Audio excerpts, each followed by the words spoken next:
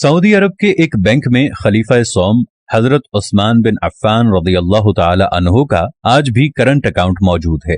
ये जानकर आपको हैरत होगी कि मदीना मुनव्वरा की म्युनिसिपैलिटी में सैयदना उस्मान बिन अफ़्फ़ान रज़ियल्लाहु ताला अन्हु के नाम पर बाकायदा जायदाद रजिस्टर है और आज भी हजरत उस्मान गनी रज़ियल्लाहु ताला अन्हु के नाम पर बिजली और पानी का बिल आता है। नबूवत के 13वें साल में जब मुसलमान हिजरत करके मदीना मुनव्वरा पहुंचे तो वहां पीने के पानी की बहुत किल्लत थी। मदीना मुनव्वरा में एक यहूदी का कुआं था जो मुसलमानों को पानी महंगे दामों फरोख्त करता था।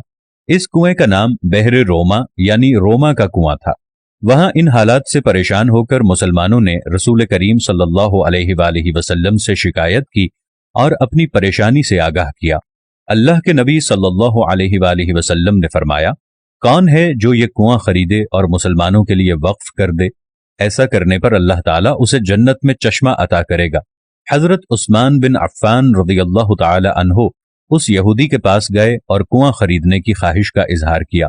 कुआं चूंकि मुनाफे बख्श आमदनी का जरिया था, इसलिए यहूदी ने इसे फरोख्त करने से इनकार कर दिया। हजरत उस्मान बिन अफ़्फ़ान रज़ियल्लाहु ताला अन्हु ने यह तदबीर की कि यहूदी से कहा कि पूरा कुआं न सही, आधा कुआं मुझे फरोख्त कर दो। आधा कुआं फरोख्त करने पर एक दिन कुएं का पानी तुम्हारा होगा और दूसरे दिन मेरा होगा।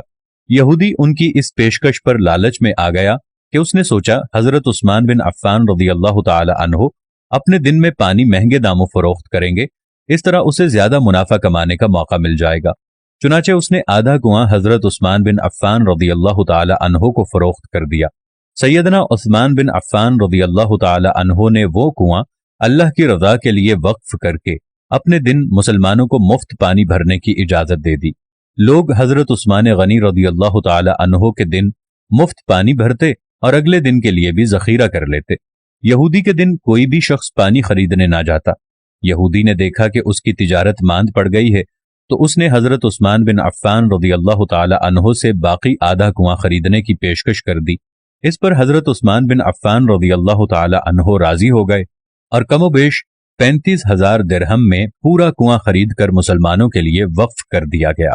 इस दौरान एक मालदार आदमी ने हजरत उस्मान बिन अफ़्फ़ान रज़ियल्लाहु ताला अन्हु को कुआं दुगनी कीमत पर खरीदने की पेशकश की। हजरत उस्मान बिन अफ़्फ़ान रज़ियल्लाहु ताला अन्हु ने फरमाया कि मुझे इससे कई ज्यादा की पेशकश है।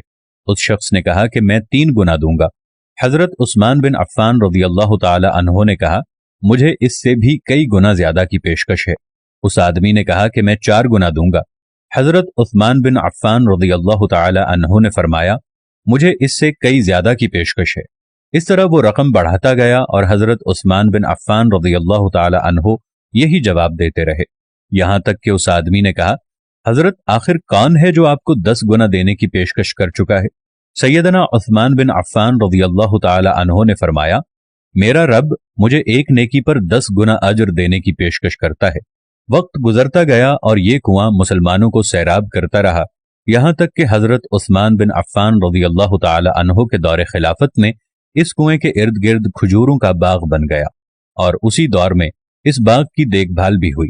बादज़ा आले सऊद के अहद में इस बाग में खजूरों के दरख्तों की तादाद तकरीबन 1550 हो गई।